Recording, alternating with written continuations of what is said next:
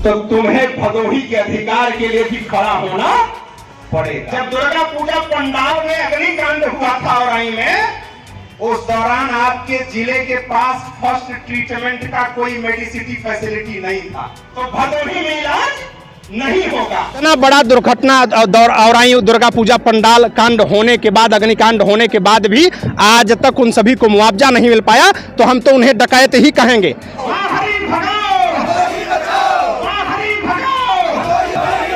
यह उद्घोष सुना आपने? यह उद्घोष किसी चुनावी सभा का नहीं है, यह उद्घोष किसी नेता के विरोध या समर्थन के लिए नहीं है, बल्कि यह भदोही की वह आवाज है जिसे कई दशकों से निकलने नहीं दिया गया। यह भदोही के आम जनमानस की वही आवाज है जो राजनीतिक गुलामी के कारण अंदर ही अंदर घुट रही थी। यह वही आवाज है जो वर्षों से भदोही के हर व्यक्ति के दिल में हिलोरे ले रही थी, किंतु उस आवाज को बाहर निकालने का रास्ता नहीं मिल रहा था। आज उस आवाज को युवा नेता डीएम सिंह गहरवार ने जुबान दी तो सैकड़ों युवा हंकार उठे। नमस्कार, आदाब, मैं हूं हरीश सिंह और आप देख रहे हैं ह्यूमन टुडे। आज भदोही की राजनीतिक गुलामी से मुक्ति दिलाने के लिए लोकसभा चुनाव से पहले एक आवाज गूंजी है। उस आवाज का आगाज युवा नेता डीएम सिंह गहरवार ने किया है। वही डीएम सिंह गहरवार जिसके माता पिता उसे डीएम बनाने का ख्वाब देख रहे थे, इसलिए उसका नाम भी डीएम रख दिया। सीएमपी डिग्री कॉलेज में पढ़ने गया तो छात्रों का अधिकार दिलाने के लिए राजनीति में कूद गया।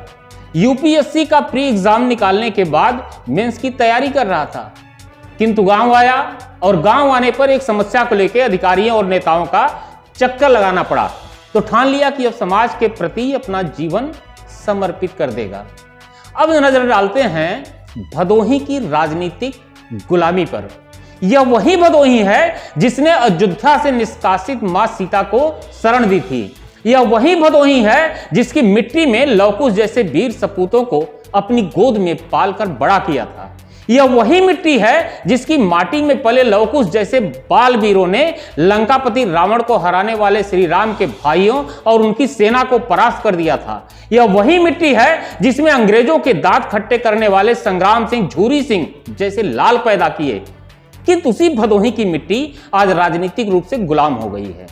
देश भले ही 1947 में आजाद हो गया हो, लेकिन भदोही को उस राजनीतिक गुलामी की ओर ढकेल दिया जिससे मुक्ति पाने के लिए भदोही आज भी छटपटा रही है। गुलामी की जंजीरों में जकड़ी भदोही की जनता कभी बीहड़ों में डकैत रही फूलन देवी को संसद भेज देती है, तो कभी बलिया से बीरेन सिंह मस्त को, कभी मिर्जापुर से नरेंद्र कुशवाहा को, तो कभी रमेश चंद्र बिंद को, कभी चंदौली से दीनानाथ भास्कर, तो कभी प्रयागराज से विजय मिश्रा आकर जिले को राजनीतिक गुलामी की ओर ढकेल देते हैं। यह बाहरी और स्थानीय की लड़ाई आज से नहीं है, बल्कि कई वर्षों से चली आ रही है। लेकिन होता क्या है, चुनाव आते ही इस आवाज का दम घुट जाता है, क्योंकि आवाज उठाने वालों को डर रहता है कि कहीं पार्टी से बगावत का आरोप न लग जाए। चुनाव के पहले चर्चाओं से पटल कर मुखर होती आवाज पर ताले जड़ दिए जाते हैं और भदोही एक बार फिर राजनीतिक गुलामी की ओर अपने कदम बढ़ा देती है। लेकिन इस बार जो आवाज उठी है उसमें क्रांति का बिगुल दिखाई दे रहा है, उस आवाज में दम दिखाई दे रहा है, क्योंकि इस बार आवाज उठाने वाले ने साफ तौर पर कहा है कि भले भदोही के अवाम की जनता बनने की सजा उसे पार्टी के निष्कासन के रूप में मिले, किंतु अब भदोही को राजनीतिक गुलामी से मुक्त करके ही दम लूंगा। और निर्वाचन होने तक यह मुहिम चलेगी कि अपने जिले का ही नेता यहाँ अन्य राष्ट्रीय पार्टियां चाहे क्षेत्रीय पार्टियां हों, अपने क्षेत्रीय नेता को वो टिकट दें, उनको चुनाव हम लोग जिता करके यहाँ से भेजेंगे, चाहे किसी भी दल का हो। स्थानीय नेता भी तो यहाँ संघर्षशील है, उसको भी तो मौका मिलना चाहिए, केवल बाहरी क्यों।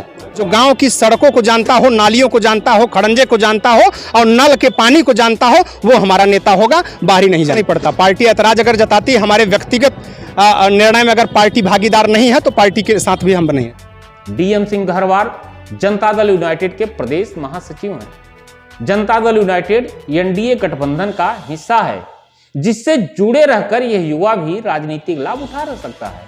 किंतु इस युवा ने कहा, जब आगाज कर दिया है तो अंजाम तक पहुंचाऊंगा, भले ही उसे पार्टी से निकाल दिया जाए, किंतु उसके लिए पहले भदोही है, उसके बाद पार्टी। डीएम सिंह घरवार ने कहा कि चुनाव में यदि भाजपा या कोई भी दल किसी बाहरी प्रत्याशी को टिकट देती है तो उसका खुलकर विरोध करूंगा।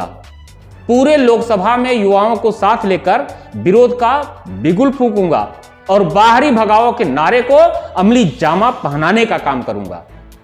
ऐसा नहीं है कि भदोही में बाहरी और स्थानीय का मुद्दा पहली बार उठा है। यह मुद्दा कई बार उठा और खो गया। शायद यही वजह है कि भदोही का विकास अभी तक रफ्तार नहीं पकड़ पाया है। मूलभूत समस्याओं के लिए आज भी भदोही तरस रही है।